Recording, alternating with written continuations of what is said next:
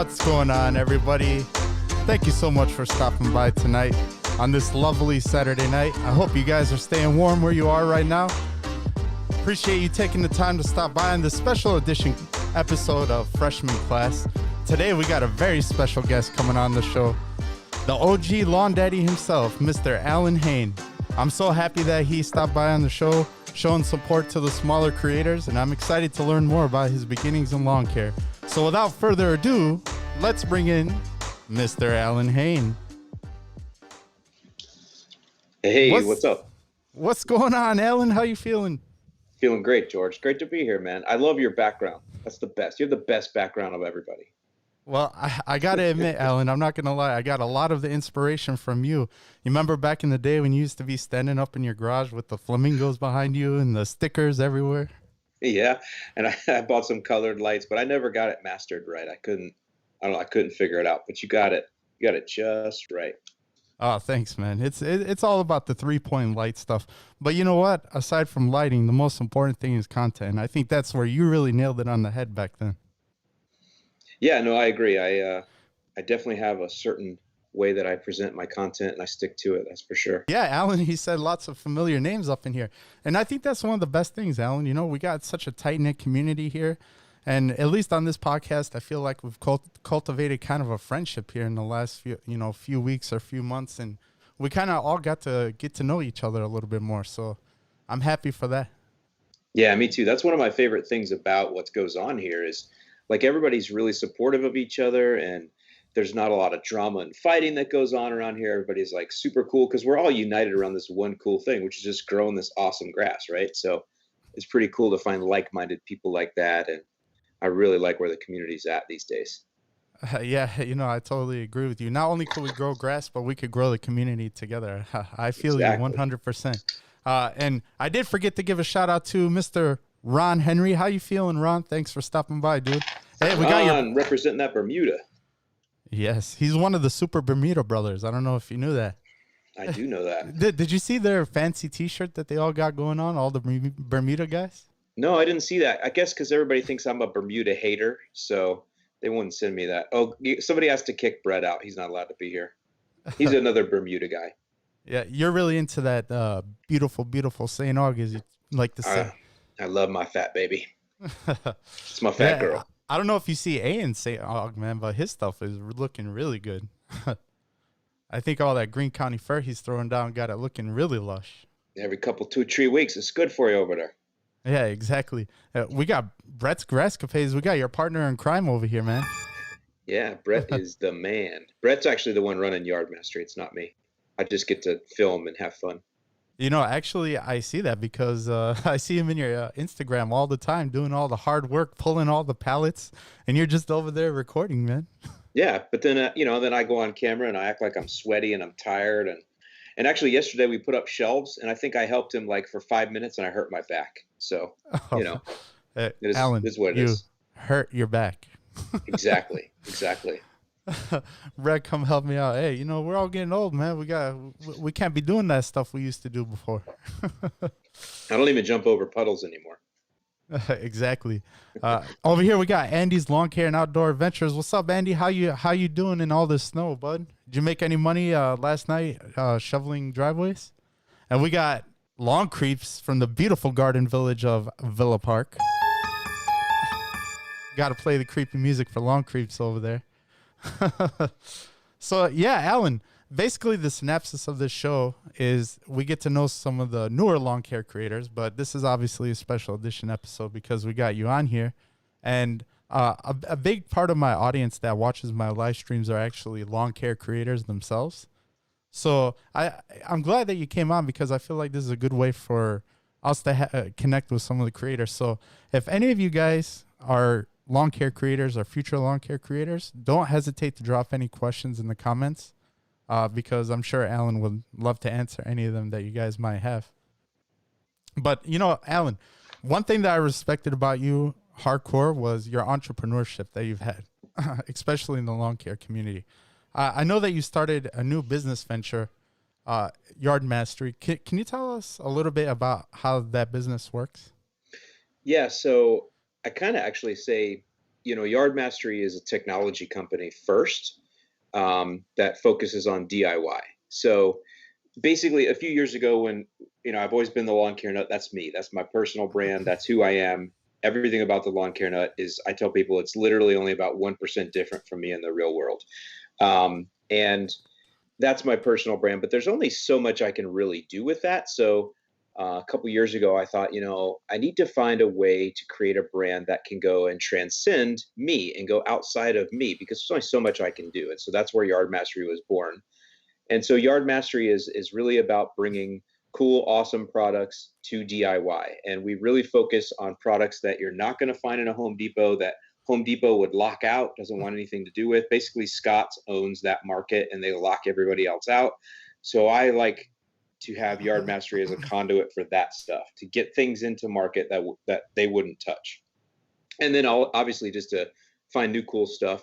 But yeah, we always put DIY first. Now the technology side comes in because we have our app, and we released that last year, and I really like what it did. I liked where it was, but the idea is to continually evolve the app. And so the app this year, we're going to have some brand new things to roll out, which we can talk about. But the idea is it's going to tell you what to throw down and when to throw it down, and then also why throw it down.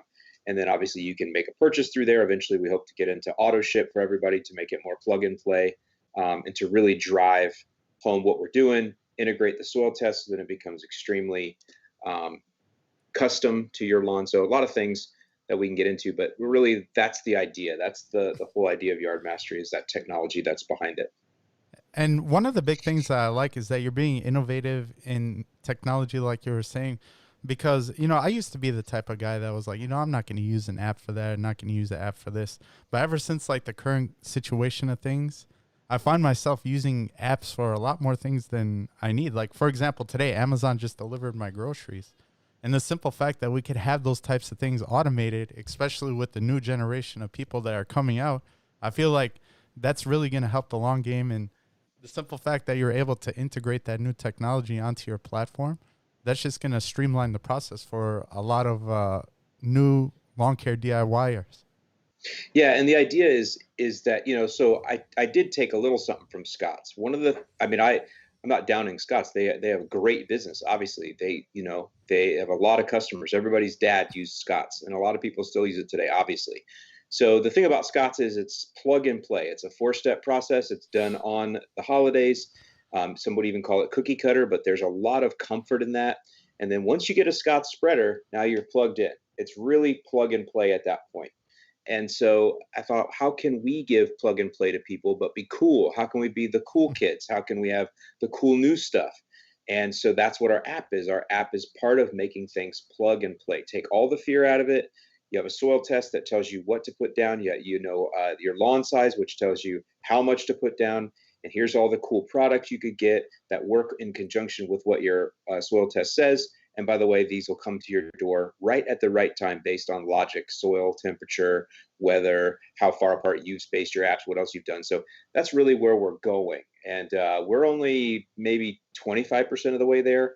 We have an update rolling out in about 2 weeks that will put us another 25% of the way there. And then the next few years will keep moving there. So I see that Sunnyland is in the comments right now, and they said stress blend for life.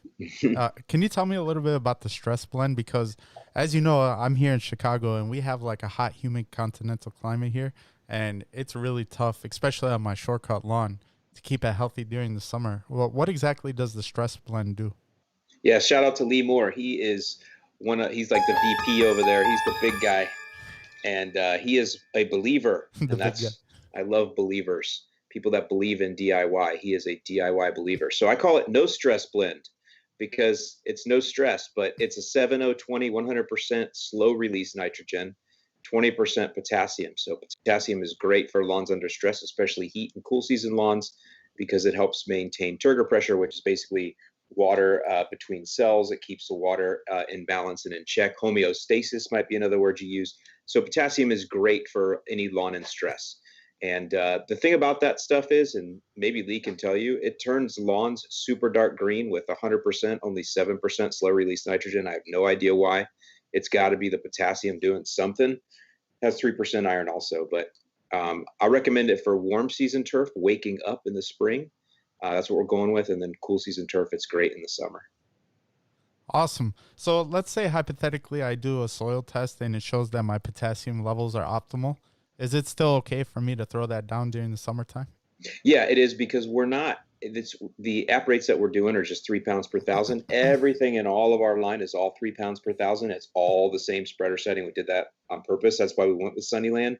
They're used to making DIY ferts that are consistent in size. But the app rate is only, 3 times 20%, 0.6 pounds. And so you're only going to do it 2 or 3 times in the summer. So no, you won't overdo it. It'll be fine.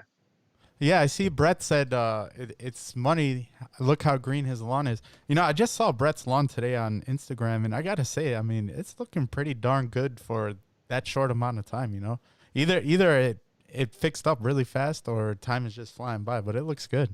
Brett mows it a lot. He's a real mowing king. He is getting me to think about real mowing. Not any further than that, but he's getting me to think about it because I see his lawn and how fast it's progressing.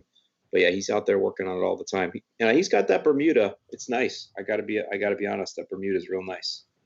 Yeah, not only that, but he also has perennial ryegrass in there too, right? Yeah, he overseeded the back there with his ryegrass. He couldn't get away. Couldn't get away from it. Allyn, I think I speak on behalf of all reel mowers. I think you should just take the plunge and start reel mowing because I'll be honest with you. The last person that I thought would be reel mowing would be Pete. Obviously with his tall fescue over there, and now look at him. He's like the spokesperson for Allyn out of nowhere. So, so I mean, I think maybe it'd be cool if you did it too, as just as like an experiment. Who knows? It could be the next fad, like big time fad. Yeah, I think I want to continue to buck that trend. I think it's great. I have a lot of respect for you guys that do it, but I realize that it's for a very small amount of people. The commitment that it takes to actually and George, you have to really commit to the mow.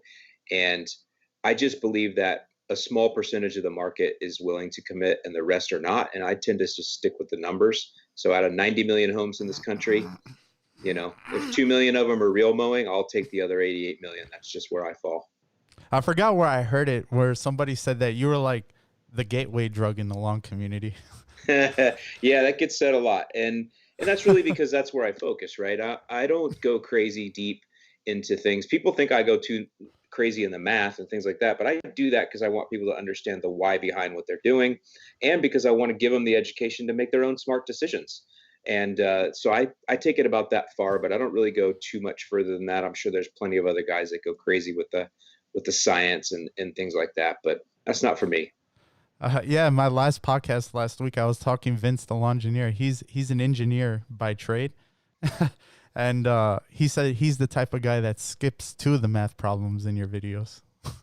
I'll tell you what, there's something about lawn care that engineers and IT people are drawn to. I don't know what it is. I think it's because their day jobs or their profession or their trades are so regimented, and lawn care isn't that way. It's weather driven. So on any given day, you could be faced with a different problem that you didn't expect. And I think they find that a real challenge. Yeah, I said this before, but it's kind of like whenever you have a brain that's like analytically driven, and us as lawn care addicts, sometimes we tend to have like OCD tendencies. I feel like that and mathematics and the application rates and just the drive for success and the drive to see things turn out good is like something that we really like doing. Real quick, we have a question in the live stream. If everybody could watching this video could drop a like, that would really appreciate it. It helps us in the YouTube algorithm. But over here in the questions, I see Christopher Sosa says, I just dethatched because my lawn was really brown and looked dry. Should I have waited until the grass was fully woken from being dormant? I think I made a rookie mistake. I have Bahia. Oh, he's got some Bahia grass. Just killed your levels. So Bahia, I'm assuming you're somewhere around St. Pete, probably.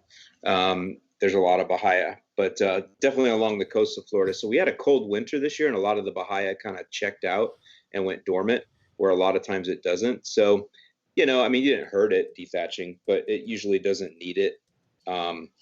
So you didn't hurt anything. If you want to throw down some seeds, you can.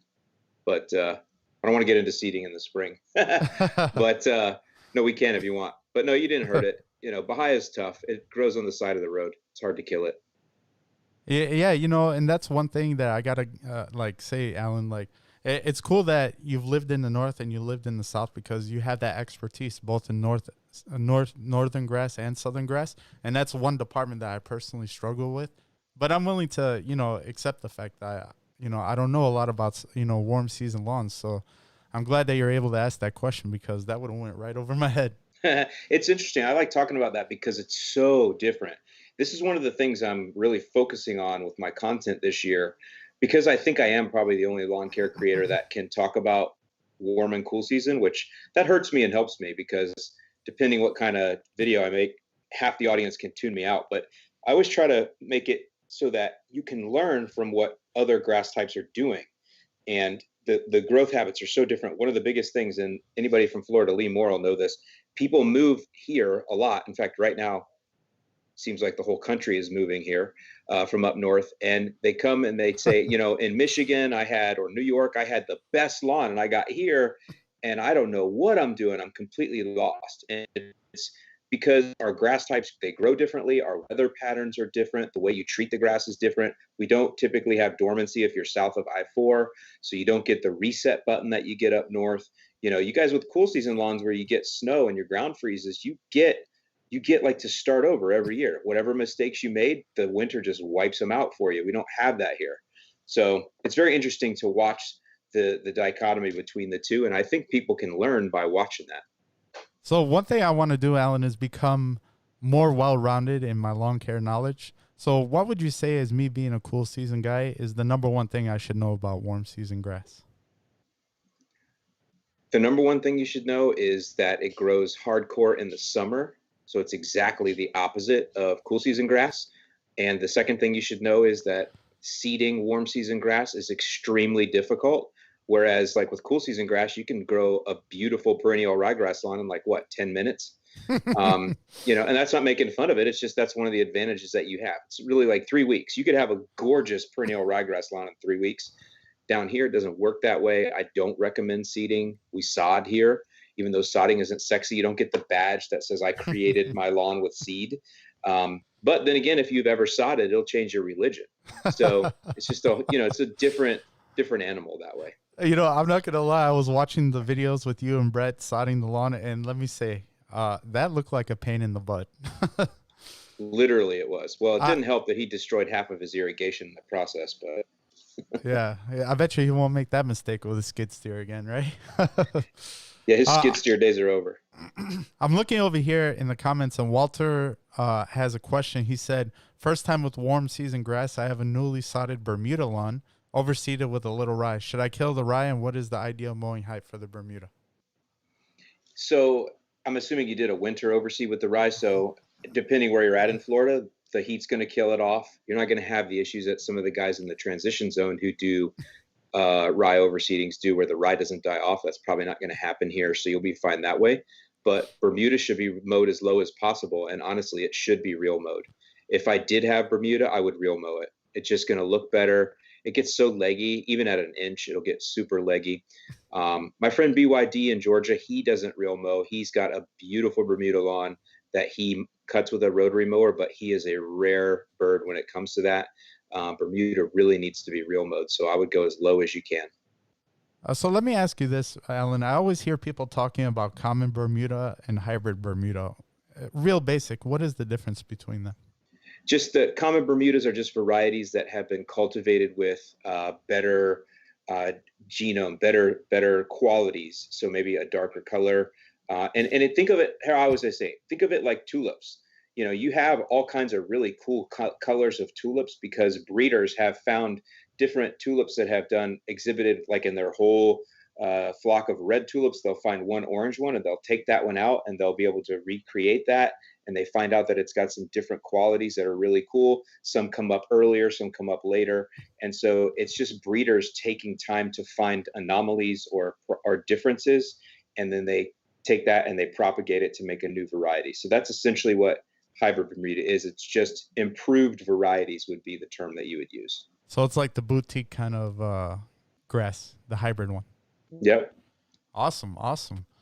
I want to give a few shout outs over here. I see Vince the Longineer showed up. What's going on, Vince? Thank you so much, buddy. I'll give you some more math, Longineer, Vince. I'll give you plenty of math, bro. Yeah, you know, he loves his applications. So, and my best friend Mujahid Khan, what's up, buddy? Thanks for stopping by. Let's see. There's the St. Aug guy in the house, Mr. Lush Lawns. Oh, what's up, Lush Lawn? Thanks for stopping by and showing the support. Over here, we got Ryan Johnson. He has a question. I have a fresh 11-month-old Zoysia sod yard. What's your recommendation for dog urine? Yeah. So I know that that's a big issue with all grass. Yeah. So there's a couple things, you gotta, I'll just say this. I've been studying this quite a bit. Last year we did an experiment using the RGS and the Humic 12 on it, and that helps it and it flushes it out and things like that. But really, the dog's urine is just like an over application of fertilizer. That's essentially what it is. It's ammonium, right? Ammonia. So the dog pees in the one spot. That's why sometimes it'll turn dark green around the edges, because that's a good amount of fertilizer. And in the middle is where it was too much. And the thing about that is your grass can handle quite a bit, but if you're fertilizing, you're already packing a lot of nutrients in. It can actually make the dog spots worse because the grass can't take any more. So, the challenge there is that you need to obviously flush after the dog urinates. If you can flush with water, which, what are you going to do? Follow your dog around or make a dog run. That's really the best thing. Try to make a dog run where the dog goes and, leave the rest of the lawn for the humans. That's the best advice I have for you. I want to give a shout out to the Lawn Whisperer. What's up, Justin? Thanks for stopping by, dude. Over here, actually, there's a good question here that's going to kind of tie into my question that I'm going to ask you. He said, I'm in the San Fernando Valley. Highs can reach 120 in summer.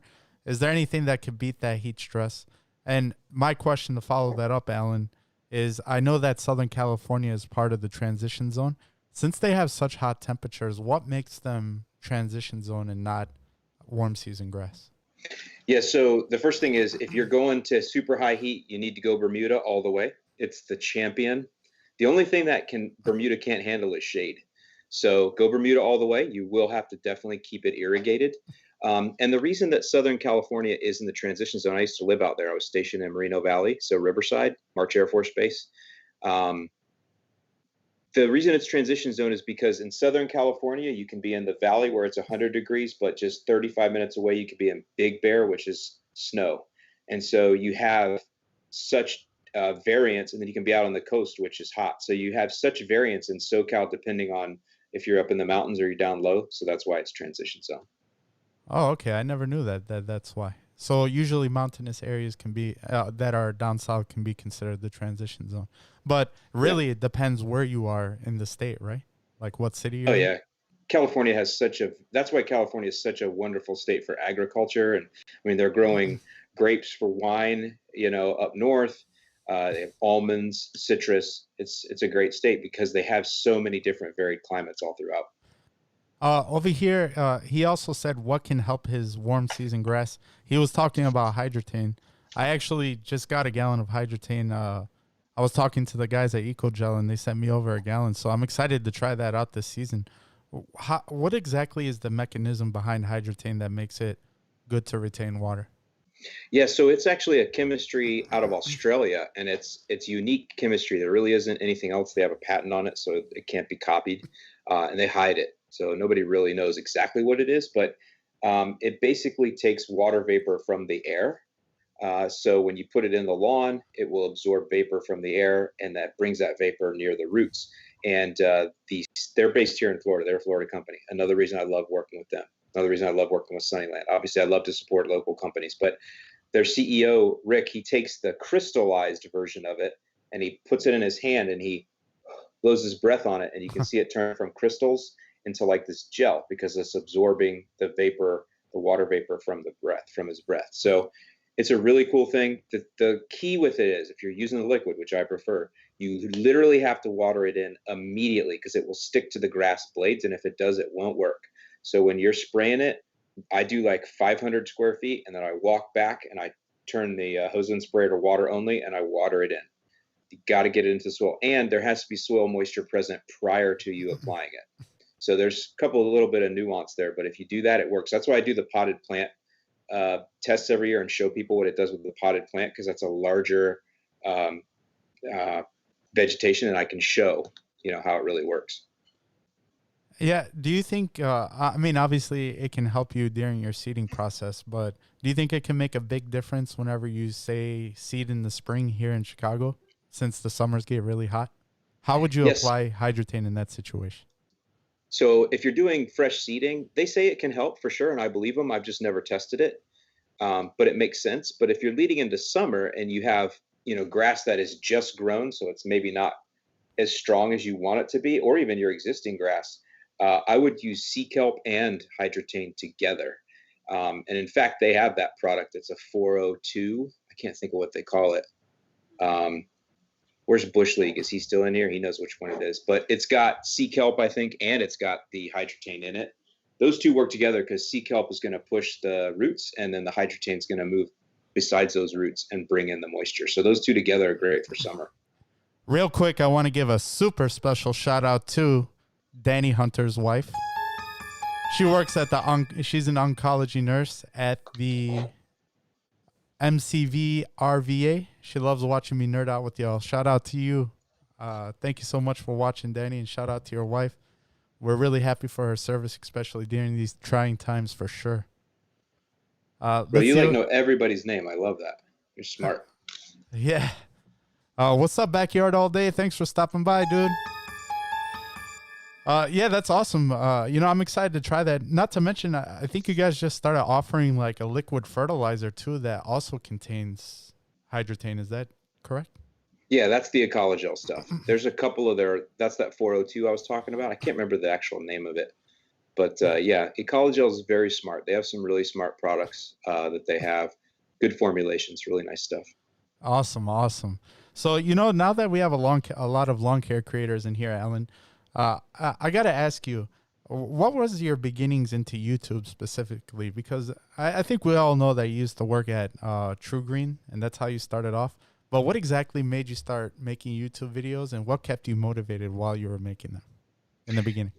Yeah, so I when I was getting frustrated with True Green, I started a blog, and I realized that I wanted to get my voice out there. I wanted to say things that I wish True Green would say in their marketing that they wouldn't. I was a regional manager, so I would talk to the uppers. I'd send them emails telling them how bad their marketing was and stuff. Hey, what's up, baby girl? And I would tell them how bad their marketing was and all kinds of stuff, and they never listened. They were like, "Who's this idiot?" But over time, I started thinking, I'm just going to do this myself. So I started a blog. The blog started doing really well. Started getting quite a bit of views as far as that went back in those days.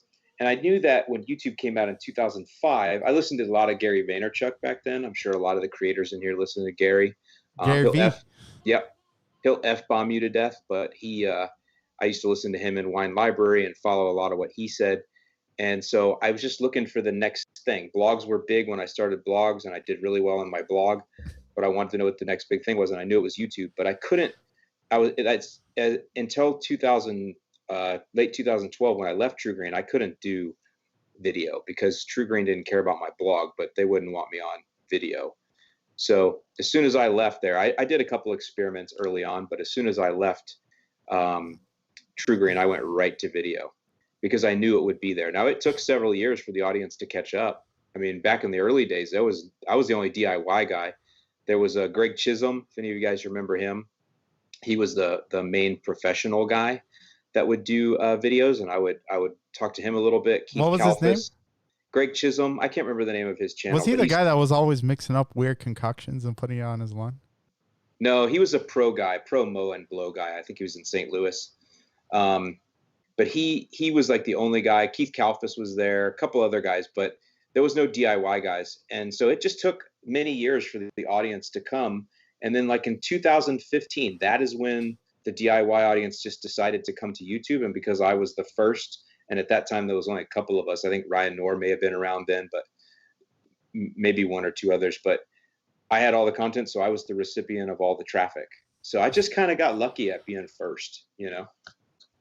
Over here, real quick, I do want to give a shout out to my two neighbors and friends, Ashaz and Kyle. What's up, guys? Thanks for stopping by.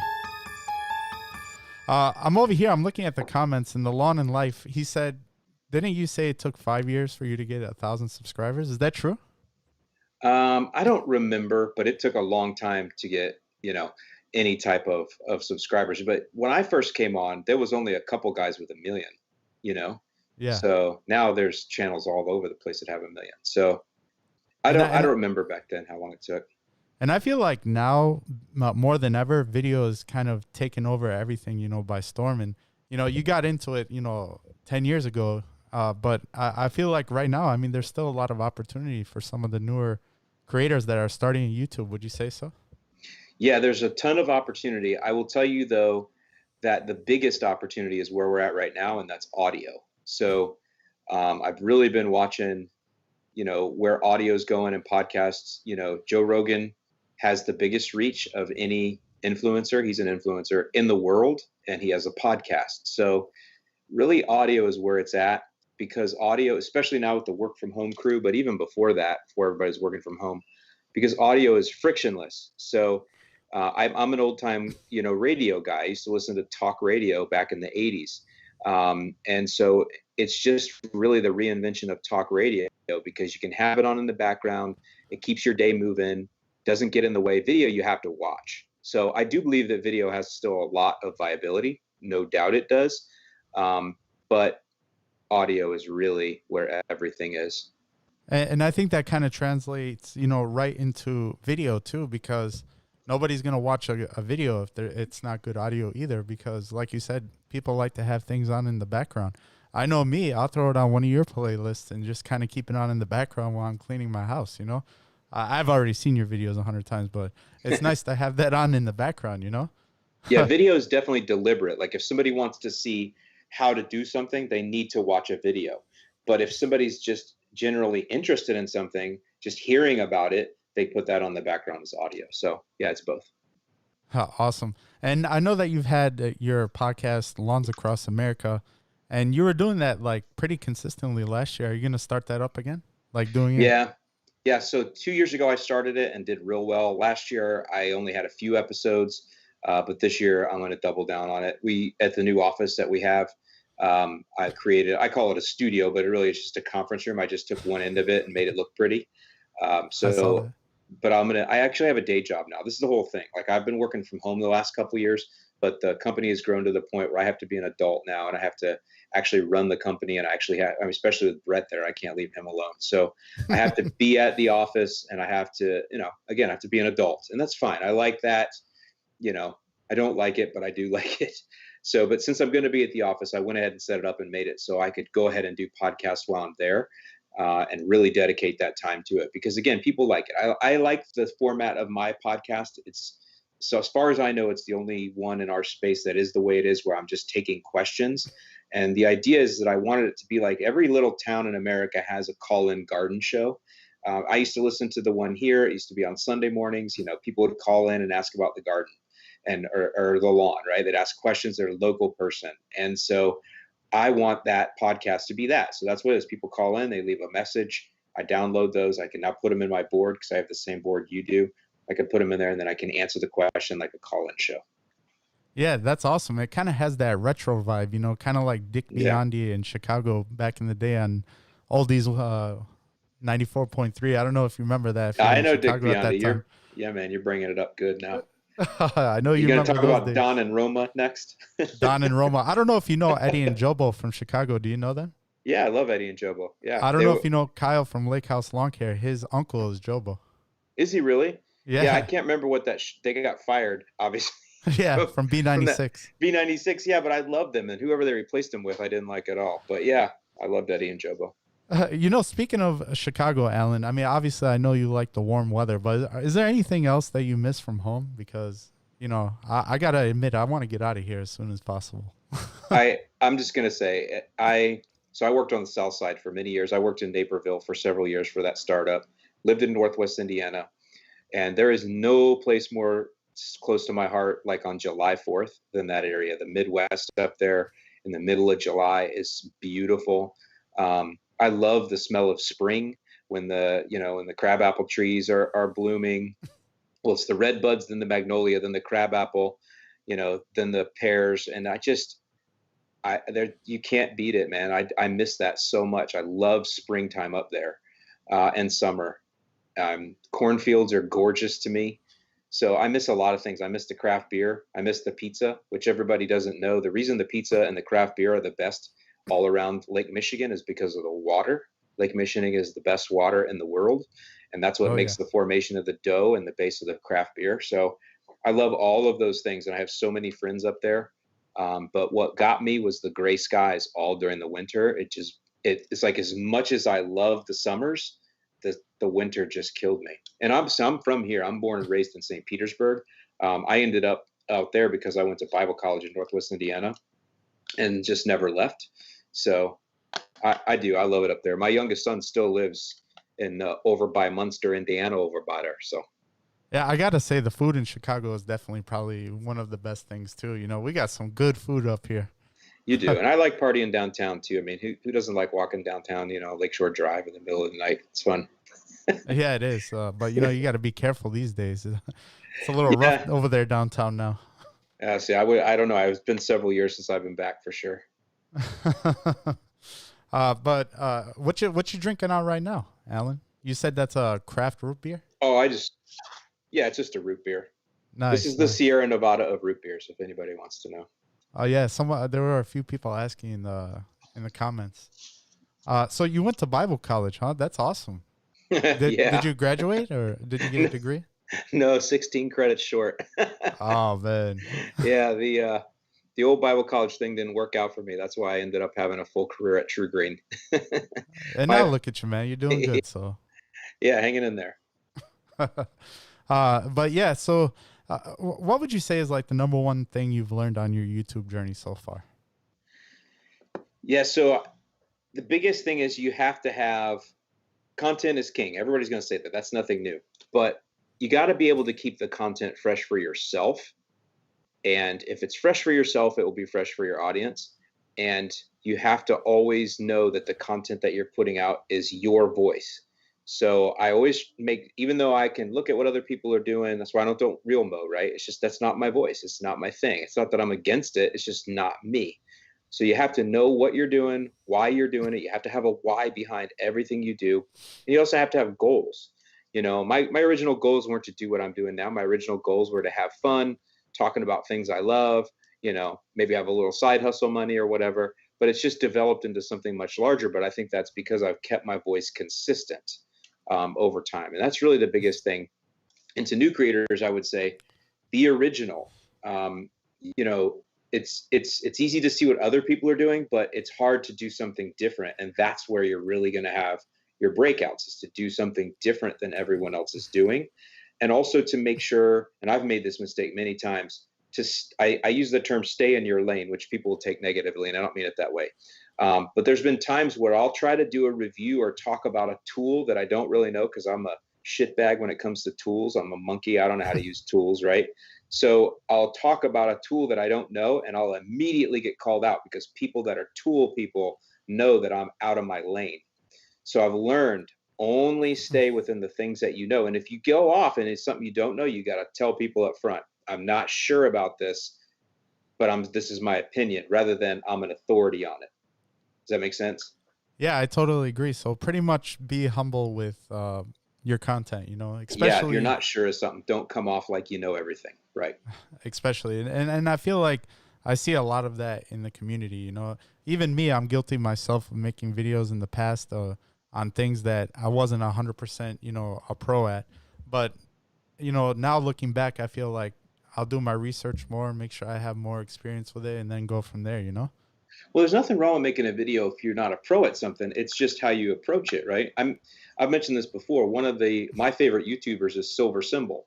If you watch him, he's not just a lawn guy. He does a lot of stuff. But when he does lawn stuff, he comes across as, this is the product I'm using, and this is what I've learned from it, and here are my results. He doesn't say, based on my 10 years at the golf course, this is what I know works. He doesn't do that. He just says, I've used this, and these are the results I've gotten. and that works for him because he's super sincere about what he's doing, and he stays in his lane, and he does really, really well, way better than me. So that's the idea, right? Yeah, the one thing I like about Silver Symbol when I watch his videos, like he kind of, he has that, New England accent, but Yeah, he also sounds like a really like nice, humble guy, yeah, he Like is a when you nice hear guy. him, you just kind of hear genuineness out of his voice, Yep, and I agree. I really do like watching him, and I think he really nailed his thumbnails too. His thumbnails are so eye catching, and they're so simple. I feel like a lot of the long creators could kind of take a page out of his book with how to translate thoughts through a thumbnail, because I really think he does a great job with that. Yeah, he's very smart. He understands the SEO and all. He'll tell you he doesn't, but he does. Is that what he says? Yeah. Now that we're speaking of some of your favorite YouTubers, I know that Silver Symbol is one of them. What are some other ones that you watch? I wouldn't say your favorite, but what are some ones that you like watching a lot? It doesn't necessarily have to be lawn care, but just in general. So I get in trouble if I start naming the lawn care guys that I watch, right? Because so I will tell you some non lawn care ones I watch. So I really like Whistling Diesel. If you ever heard of him, he's an Indiana boy and he tears up trucks, and he gets a lot of crap and he gets a lot of haters, and that's why I like him, because I think behind him he's a sincere guy. I met him at the racetrack, and so I like him that way. I obviously watch Cletus McFarland. I'm not a car guy, but because his name is Garrett, because he's my friend now, I watch his stuff. Um, who else do I like to watch? AVE, which he's a guy that is a Canadian, and he speaks way over my head. I only understand about 10% of what he says, but I always watch because it's interesting and he's hilarious, and I always try to learn something from that. I like Backyard Scientist. He's another Florida guy. He does some pretty fun stuff. I don't You know were who else talking do I. about some of the guys in Indiana. Do you watch Pterodactyl and those guys? Yeah, I like Terrell. He's pretty cool. I saw Jake got to go and meet him, which was awesome. Oh, did he? Yeah, he did. So I like him. I don't I know love who how else do I corny his watch. videos are. Like, I Yeah, don't, I don't watch every single one, but there's a few gems in his catalog that, like, those intros are just, they get me every time. They're corny, but I really like watching them. yeah, they're original. That's the whole thing, right? Anybody can get up there and talk about what they're going to do to fix the engine on or the motor on a whatever, but they put some creativity behind it, which is always Yeah, exactly. It's not the most cinematic thing, but like you said, it's fun. original, and then Yeah. and that's what matters. Over here, we have a question from Meister of My Lawn. He said, "Allyn, in all the years you've been doing this, has there ever been a time when you just didn't want to do it anymore?" That is a great question. The answer is no. It That is. has never happened because it's exactly the opposite now. There's been times where I'll try to go out and mow my lawn without a camera and I can't do it. So I film every mow. Very few of them even make it to the light of day. But the filming and the lawn care have become such one in my psyche that they just go together. I don't think I'll ever mow a lawn again without a camera or wanting to talk about it or say something. And that's where I've been fortunate. I will tell you that people say, "Oh, if you make a living off something you're passionate about, you'll never work again." Well, that's BS. When you actually have to eat because of something that you love, it definitely becomes different to you. But if you love it, you'll still always love it. It's just different mode. It's just a different reaction to it. But I still love it. I still love mowing my lawn. I love the smell of grass. I still get that same endorphin rush when I spray something that I used to get. You guys all get it. When you spray, you just feel good. I still look back at my lawn after I cut it, and I look at the tight edges, and I get a little chubby going on. That's always been that way my whole life. So none of that has changed. And no, I fortunately have never thought, and I've had some, pretty rough days here and there, but I've never thought, man, I don't want to do this anymore. That never happened. And I remember watching some of your videos, Allyn. You said that like you do it so much that you already have the specific locations where you like filming in certain angles, so it's kind of streamlined for you. Yeah, I can edit a lot quicker nowadays. And sometimes I have to be careful. I look back a couple years ago and I'm like, damn, I was a lot more creative back then. So that does happen where I don't want to use the word mundane, but I'm a teacher at heart. And I feel like sometimes I put too much teaching in and I don't put in the creativity that I maybe used to. But that's just part of, again, I tell people I'm like an eighth grade teacher teaching the same subject every year. You got to keep it fresh. You got to do that or you'll burn out. So I learned from myself that, got to still put in that Allyn Hayne humor or whatever you want to call it to keep it fresh. That's awesome, Allyn. I feel like I'm kind of on the opposite side of the spectrum to you. Sometimes I try to take my creativity a little overboard and not necessarily teach as much as I should. Like, I don't know if you remember that video I made where I said I was going to beat my lawn on November 3rd. You commented on it. You commented on it, man. And like, I kind of, it was like, what was it? I was like running against my lawn in the election or something like that. And you commented you liked it, man. But, I want to, like, this upcoming year, I want to make sure that I focus a little bit more on the teaching aspect and kind of blend those two things together. Yeah, and you're in a great area. I mean, cool season lawn in Naperville, Illinois over by there. You could grow some beautiful grass over there. Naperville's beautiful, it's picturesque. Bring in a little of your town there. I always say that, I don't do this as much as I used to, but it's good to bring in some beauty of your town too. Like I used to do lots of sunsets and sunrise filming. I need to get back to that, right? Because it kind of creates this aura of what's around. And Naperville's a great town. You should do that, man. Go over to Heaven on 7, burn your ass up with some gumbo. You know what I'm saying? They got some hot gumbo over there. Yeah.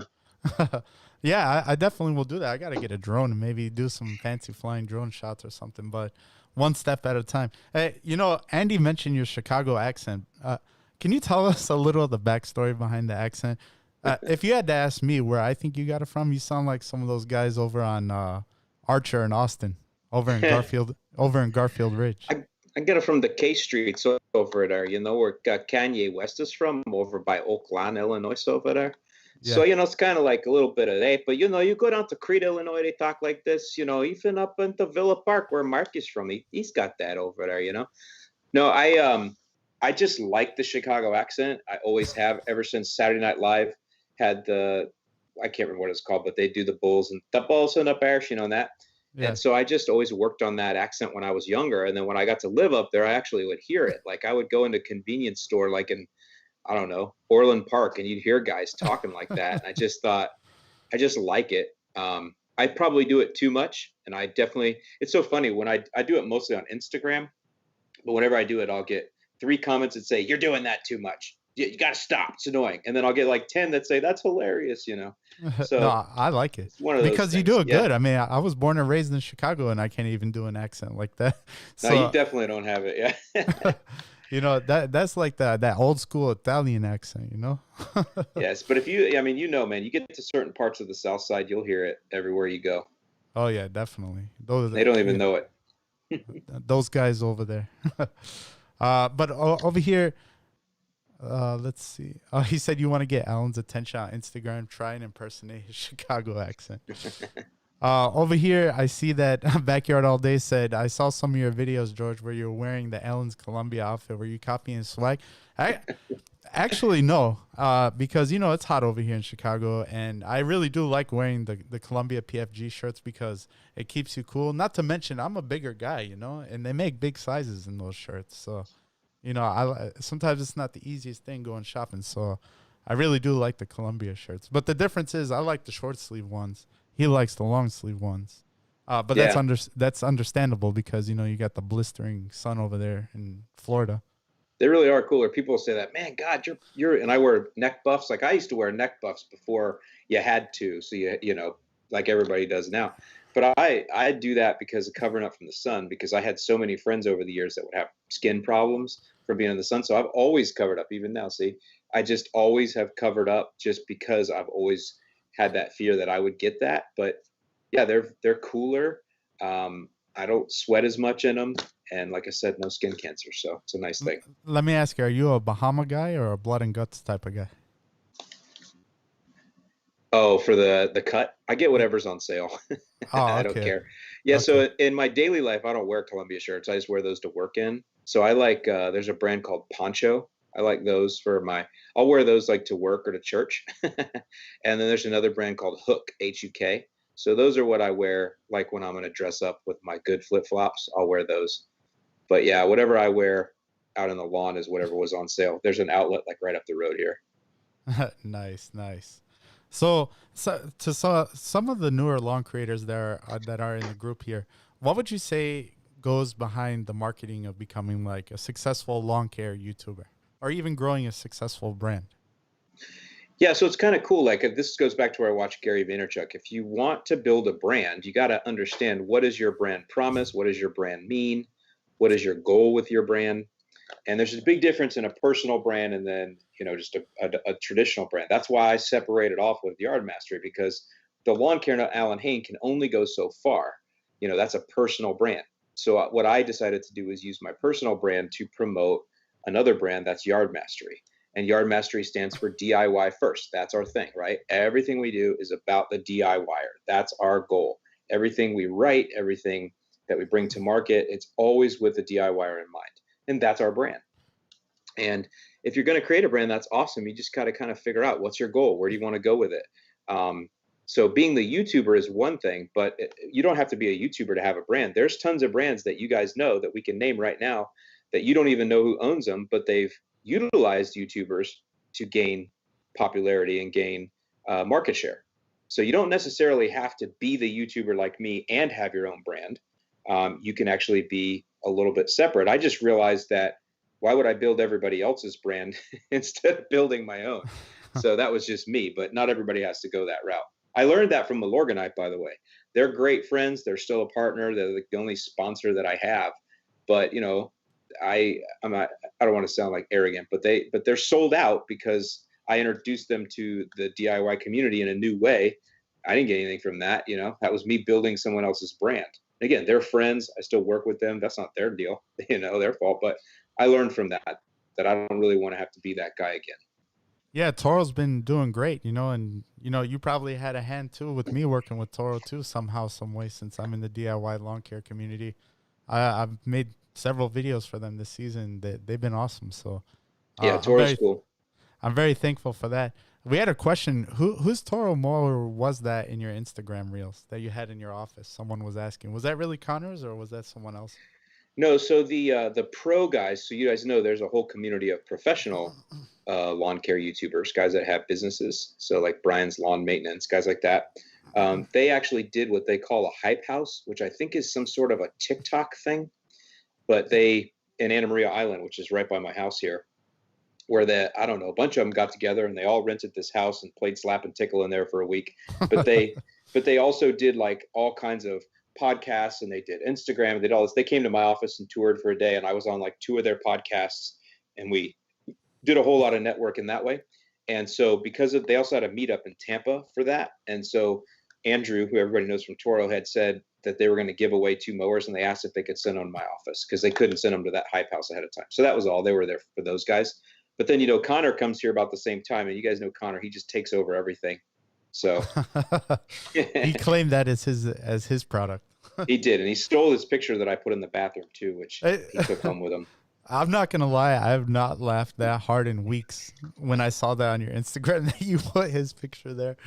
That'd be so creepy, just like taking a piss and seeing Connor like every single time looking at you, staring into the depths of your soul. Every time he comes here, he steals something. So that was what he stole this time. Nice. That's so funny. Let me ask you though, as far as like that, I know that was a commercial mower that Toro made. Obviously, the commercial ones are probably more heavy duty and more well built. Do they have like a Time Master version in a commercial, like a commercial version of the Time Master? Yeah, they do. I can't think of what they call it. Somebody will know. But most people that I have talked to that have it don't like it. Really?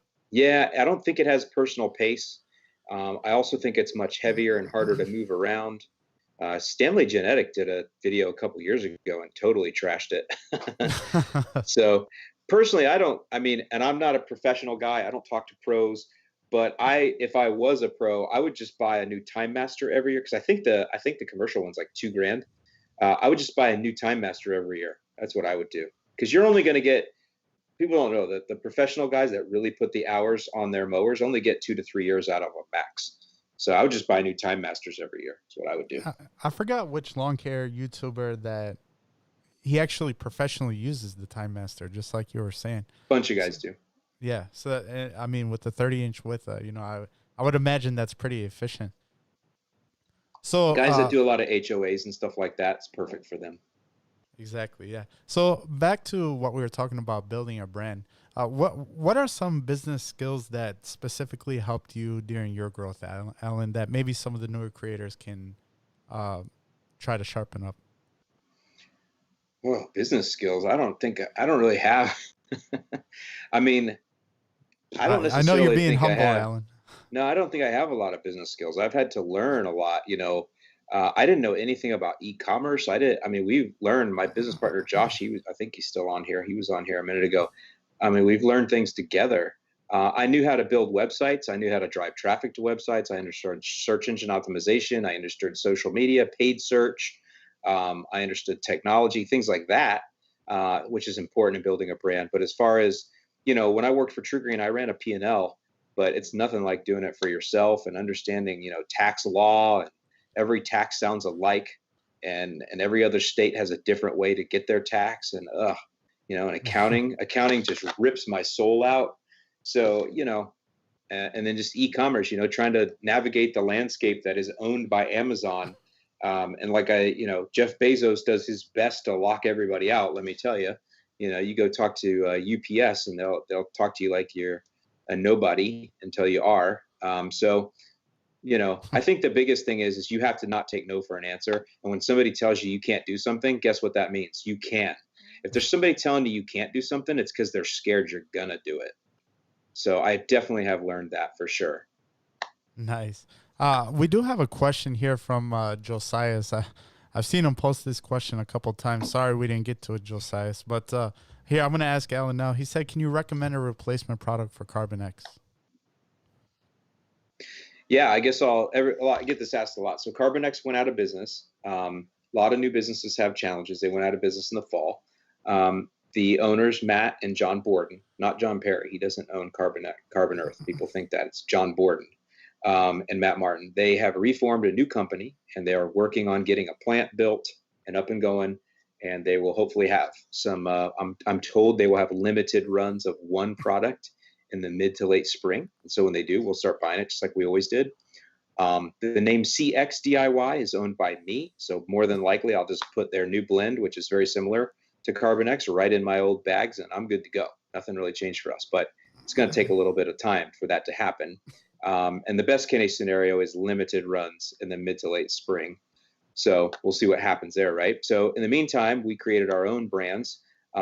And that's what we did with Sunnyland, and we made those 4 products. And the one that would be closest to CX or Carbon X would be the 2406. We call it Flagship, and the reason I named it Flagship is because of my love for craft beer. This is root beer, but if you go to any craft brewery, they'll have their flagship beer, and their flagship beer it's not only their best seller, but it's the one that embodies their brand for the most part. That's their flagship. It's the one that they want to put their name on out there the most, and that is this fertilizer, this 2406.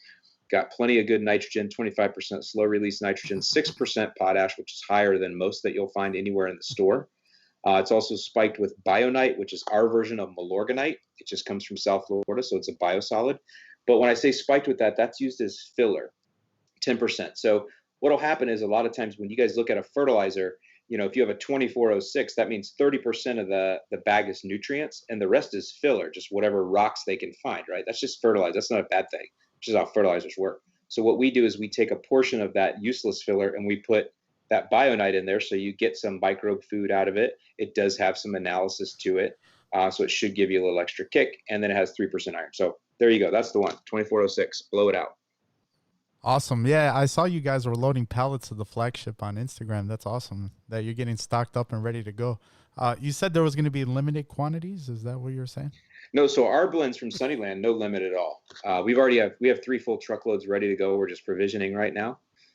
So those will be ready to go. We won't run out of those. It's the Carbon X stuff, the replacement, whatever their new company is. That'll be limited quantities sometime in the later spring. Awesome. Yeah, that's a good question, Josiah. Thank you so much for asking that. By the way, if you guys are watching this live stream and you're enjoying our content, if you guys can hit that like button, we would really appreciate it. Really helps with the YouTube algorithm and drives up engagement. But, like I was saying, Alan, taking a look at Yard Mastery, well, I've been talking to a lot of the guys that are affiliated with it, like, Brett and Ben. and I couldn't get too much out of them about 2021. They said you got to go to the boss himself. So are there any big things going on in 2021 that you could talk about? I feel like I ask this all the time, but who better to ask it than you? So our app is getting updated for sure. So we have a new dynamic program that's in there that's a lot smarter than the one that was there before. So this one not only runs off soil temps, but we now have data for every zip code in the United States for the last 5 years of soil temps. So we can use historical data compared to your current data. That'll help to make the logic better. We're also bringing in some other logic, but the main logic we're bringing in, like location, so how far north you are, what latitude you are versus south. But then the other thing we're doing is we're making the program more dynamic and smart so that some people move through the program faster than others. We try to keep the apps 4 to 6 weeks apart, but some people push to 4, some people push to 6. So the algorithm will now have the program develop dynamically based on how fast or slow you're going. So that's huge.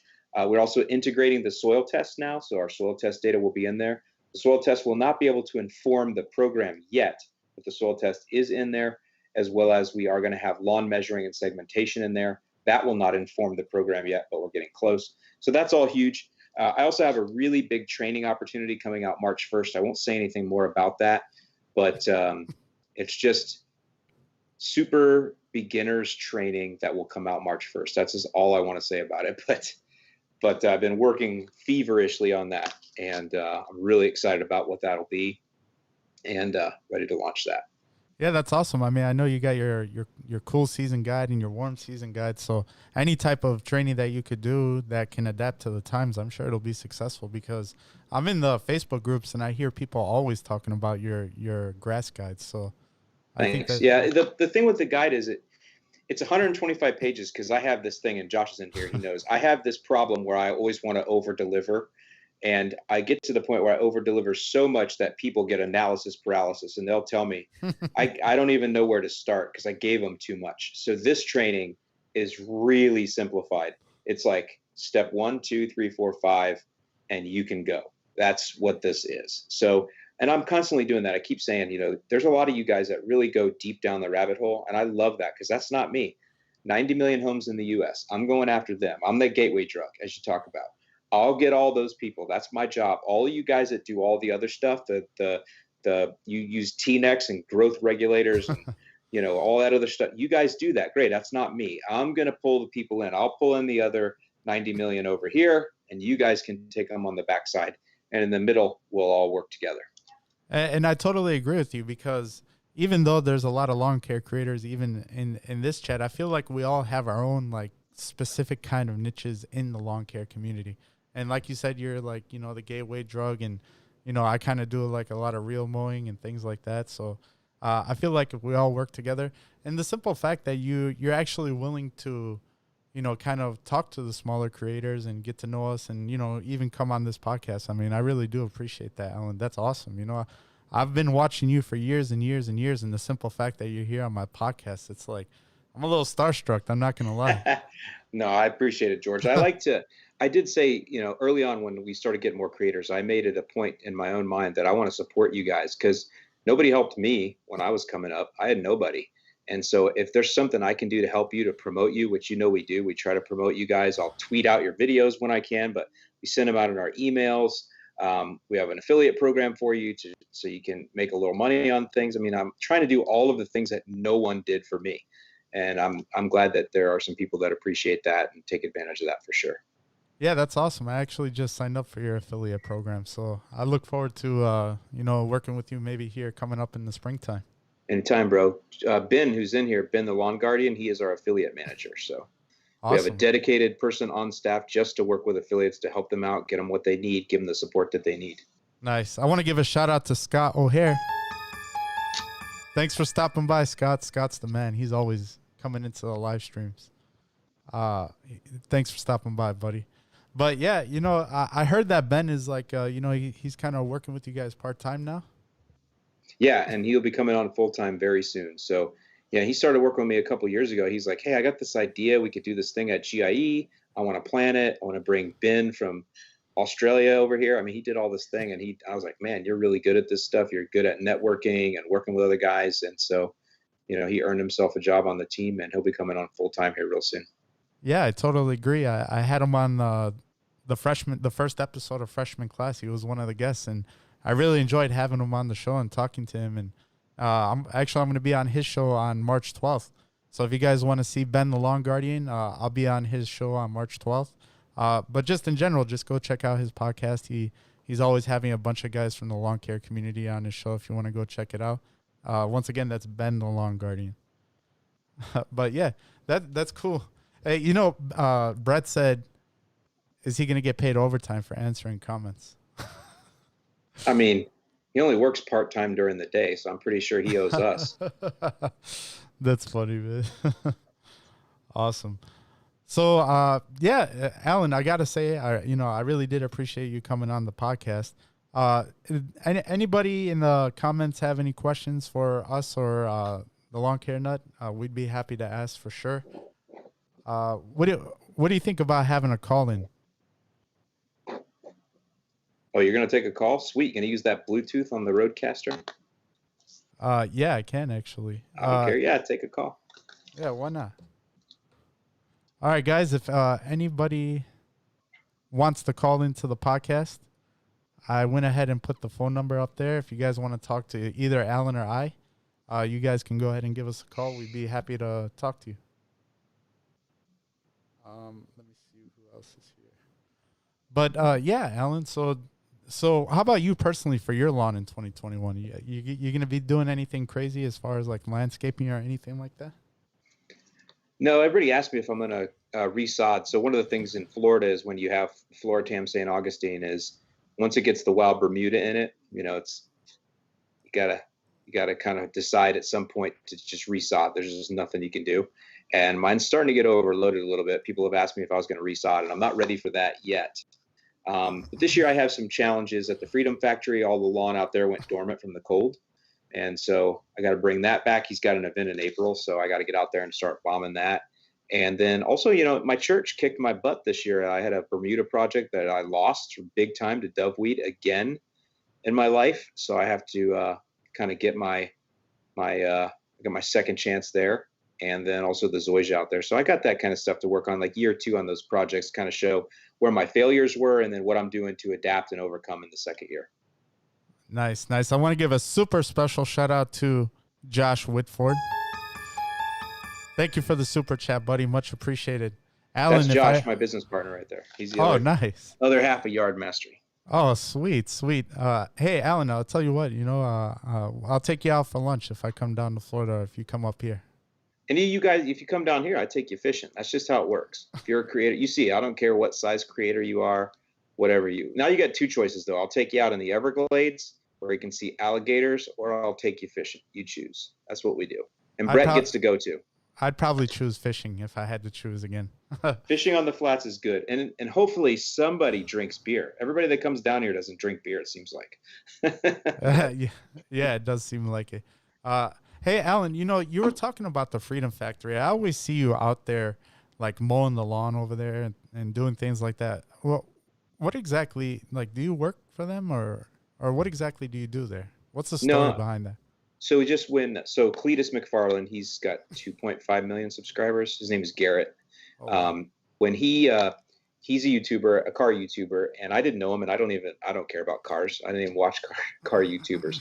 But he's local, and I found out that he bought a defunct racetrack called the DeSoto Speedway. It's an 8-mile paved racetrack, and they were going to rip it down, and he bought it to Allyn, create. Sorry to cut you off, bud. We got a phone call. One? Go for it.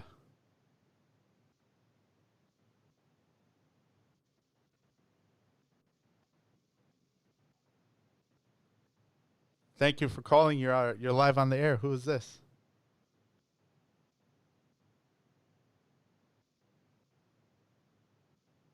One second. George's prepaid minutes ran out. I'm sorry. Say that again. Your prepaid minutes ran out. Oh, yeah. Welcome. You're live on the air. Who is this?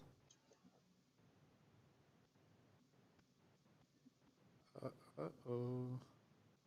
One sec. We got a little bit of a technical difficulty here. Are you muted on the board? No. But that's a good call. One sec. Stay on the line, whoever's there.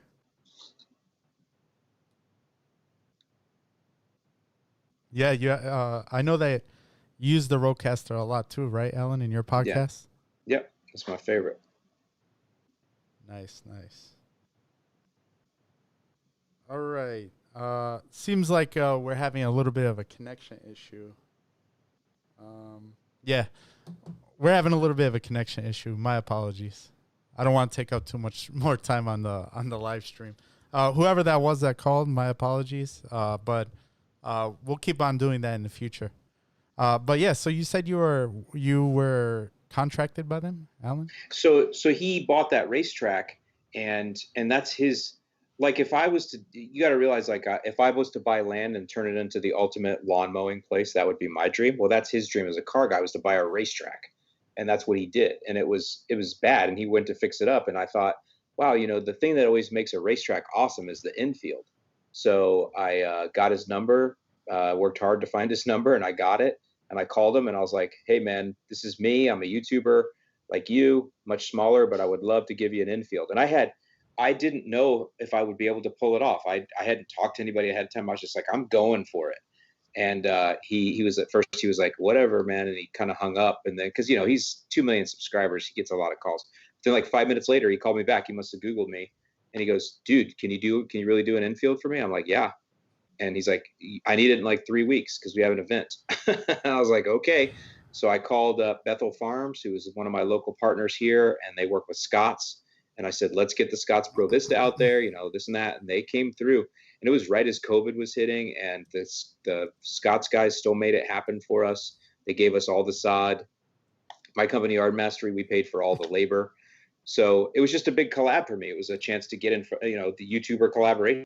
That's just like when guys come down here, they collab with me. That was my opportunity to collab with him by also giving him something huge. And his audience is so awesome. A lot of them have come into our community because it seems like car guys like lawns. It just kind of seems to be a thing. So we've got a ton of them in our community now and in our groups and things like that. So that's it. And then part of, so Garrett and I have now become friends. I mean, I see my office is only a few miles from his racetrack. So I see him out and about, and I get to go out there and mow, which is fun. I get to fertilize it and take care of it. And one of the things I get to do is before every race, I get to mow it, which is my favorite thing to do. So that's it. It's just fun. I think that's all of our favorite things to do. And the Yeah. simple fact that you have, that big race course, I mean, it makes for good content as well, Yeah, it's 100,000 square feet, so it takes a while to mow it. Wow. Over here, we have a question from Adam. He said, Allyn, do you see any issues for the Midwest lawns in terms of disease pressure or fungus issues based on the current weather patterns, or too early to tell? Yeah, so I don't know about disease pressure, and tell me if I'm wrong. Didn't you guys have a fairly mild winter? I know you're getting some deep freezes now, but up until recently, wasn't the winter fairly mild? Yes. Yeah, so what that's going to mean is you're going to have problems with grubs. So grubs, if you guys don't know, that's the Japanese beetle, the June bug. They come out of the lawn in June. They lay eggs through the summer. Those grubs will feed all during the fall, and that's when grub damage becomes a problem. And then just before winter, they burrow down deep so they can survive the winter. And then the spring comes, they kind of come up, and then they come out in June, and the whole cycle starts over. Well, winter will kill some of them off, especially if you get a deep freeze that lasts for a long time. They can only handle so much. But when your winter is very mild, you almost always have a really bad grub problem the following season. So I would definitely predict a bad grub season. So you're going to want to get your grub control down. If you're somebody that hasn't done grub control in the past, this would be the year to do it. Nice. Those are all good points. And then over here, we have a question from Chuck Benzik. He said, will there be this is a good question. He said, will there be an update on the Millennial Farmer's Dad's Lawn with the Pro Vista KBG last August?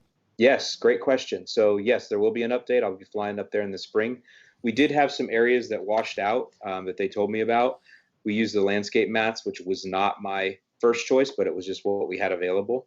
So we did get some washouts. So we're going up there in the spring. And a guy out of Minnesota who has he sells, and I can't think of the name of his company right now, I'd plug it, but he sells hydro seeding equipment, but like ones that'll do like 1,000 square feet so that you can mount on the back of a side by side, or on I don't know what they call those things, camels or something. I don't know, a little buggy. And so he is going to collab with me, and we are going to hydro seed the areas that didn't fill in. And so that'll be when, I mean, it's Minnesota, so they may not thaw out until late May, but whenever they do, I'll be going up to reseed those areas and giving everybody an update.